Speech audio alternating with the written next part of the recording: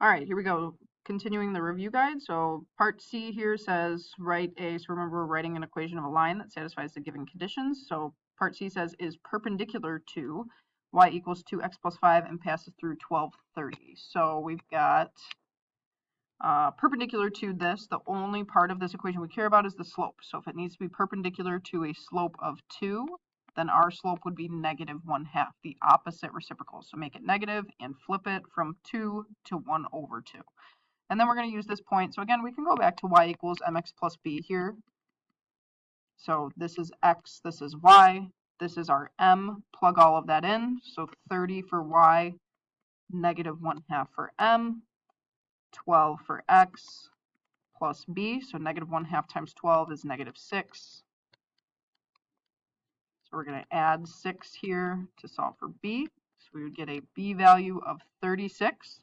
Go back over here, plug both of those into our equation. So m is negative 1/2, y equals negative 1/2 x plus b, which we just found was 36. So y equals mx plus b. Again, you could have done point slope just as easily.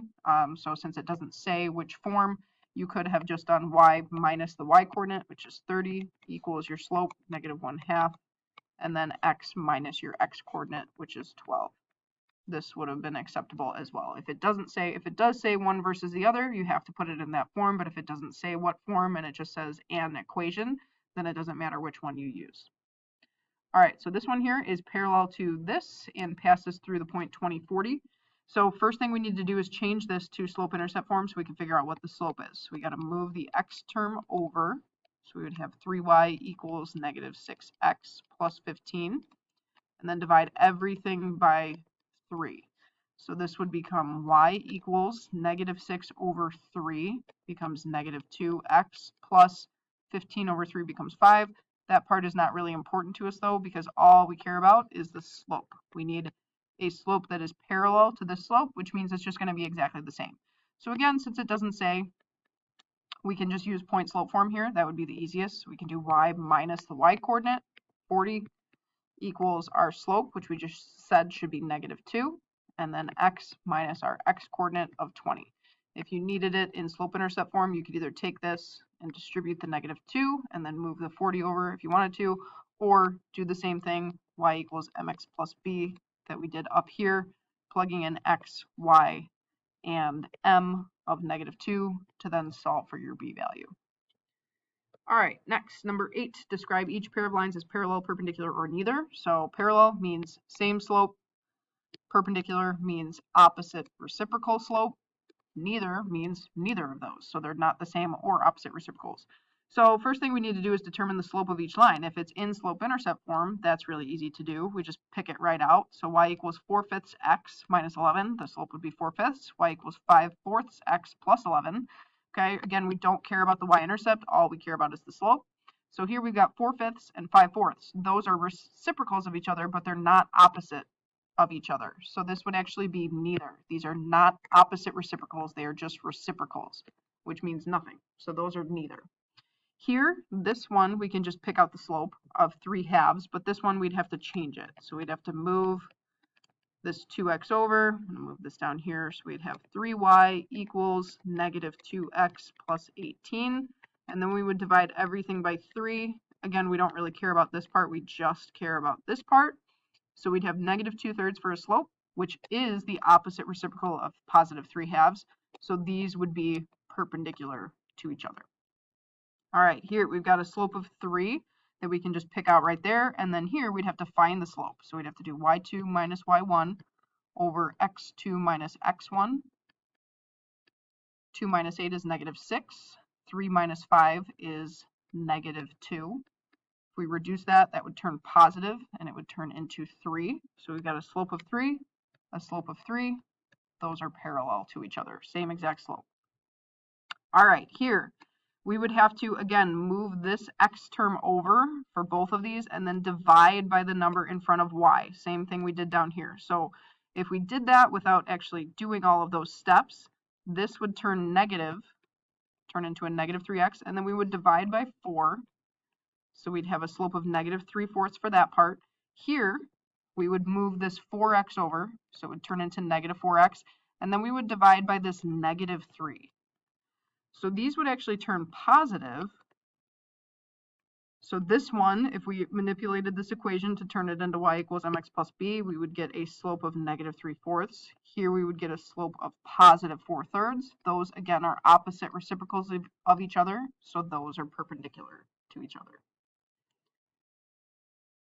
All right, next, number 9, find the value of the variables. Notice we've got all the parallel markings on these lines. So all those things, alternate interior angles, corresponding angles, same side interior angles, we can make all those conclusions about all those different types of angles. So basically every angle on here is either going to be congruent to each other or supplementary to each other. So starting here, we've got 45 degrees here. That means this would be 45 degrees here. These are corresponding to each other. So that means these two angles together need to add up to 180. So we could do it a couple different ways. We could say 5a plus 10 plus 45 equals 180, or we could just subtract 45 from 180, find its supplement, and then set 5a plus 10 equal to that. Okay, the key here is that this 5a plus 10 is not equal to 45, it's supplementary to 45. So we have to add it together and set it equal to 180. So if we continue this here, we would add those together, combine our like terms, so 55, and then subtract the 55. Let's see, that would give us 125. Dividing by 5, let's see, that would give us 25. So A would equal 25. All right, next here, we've got 2B. The corresponding angle would be right here. So again, these would be supplementary to each other. So this one, since it's just 2B here, this would be a little bit easier to just figure out, okay, if this is 130, this has to be its supplement, which is equal to 50. So 50, oops, sorry, what happened there? 50 would have to equal 2B. Divide both sides by 2. B would have to equal 25 again. All right, here, these two angles are in the exact same spot. They are corresponding, so we would set those equal to each other. Subtract, get all the variables on the same side, get all the numbers on the other side. So 2c minus c would be c, 28 minus 8 would be 20. So then we have it solved. So we would have c equals 20. And then if we plug that in here to either spot, because we should get the same thing if we plug it in. So for example, 2 times 20 plus 8 would be 28. Or if we did 2 times 20 is 40, not 20. So 2 times 20 is 40, plus 8 would be 48. That's why it's always good to check your work. So if you plug it in down here, you get 20 plus 28, which is also 48. So either way, these should be supplementary to each other. So D plus 48 should equal 180. So if you subtract 48, get its supplement, you would get 132 for D. All right, find the value of x and decide if a is parallel to b. So notice it does not tell you that a is parallel to b. You have to use something else to solve for the variable. So for this one, we've got these nice vertical angles right here. We always know that vertical angles are congruent regardless of parallel lines. So that's going to allow us to solve for the variable. So we're going to set 2x minus 90 equal to x plus 10. Get all your variables on the same side. Get all your numbers on the other side. So 2x minus x would be x, and then we would add 90 to both sides. 10 plus 90 is 100. So x equals 100. Okay, so we've solved for x. Now decide if a is parallel to b. Well, if we plug 100 in right here, 100 plus 10 is 110. Then we've got this 80-degree angle right here. These two angles are same side interior angles. If these are parallel, the same side interior angles should be supplementary. They're not. 110 plus 80 is not 180, it's 190. So since your same side interior angles are supplementary, or are not supplementary, this would be no, because your same side interior angles are not supplementary. Okay, number 11, what value of y will make h parallel to w? So in other words, what would I have to have here in order to make these lines parallel? Well, this whole angle right here, it needs to be congruent to this whole angle right here. Those would be alternate exterior angles. So we would basically have to say that 2y plus 4 plus 88, all of this added together, has to equal the same thing as this angle down here, 122. So we would combine our like terms. 2y plus 92 equals 122. Subtract 92. That gives you 30.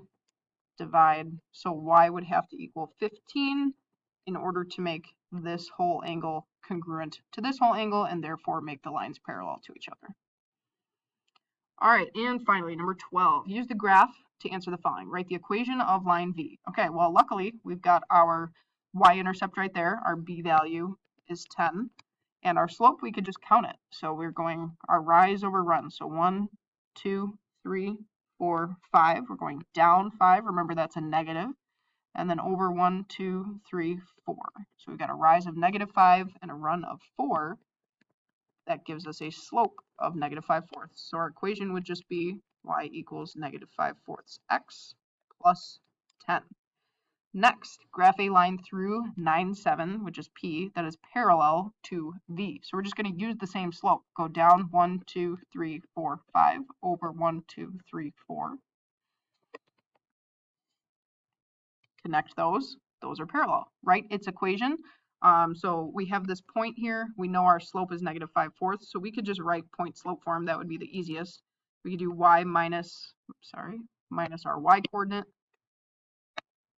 which is 7, equals our slope, -5/4 times x minus our x coordinate, which is 9.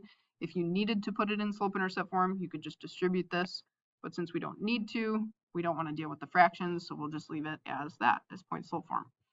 All right, same thing here. Graph a line through Q that is perpendicular to V. So if it's perpendicular, we want the slope to be positive 4 over 5. Okay, so positive 4 over 5, the opposite reciprocal slope. Now, we can't really go up 4 over 5 because there's nowhere to go over here. So instead, we want to do the opposite.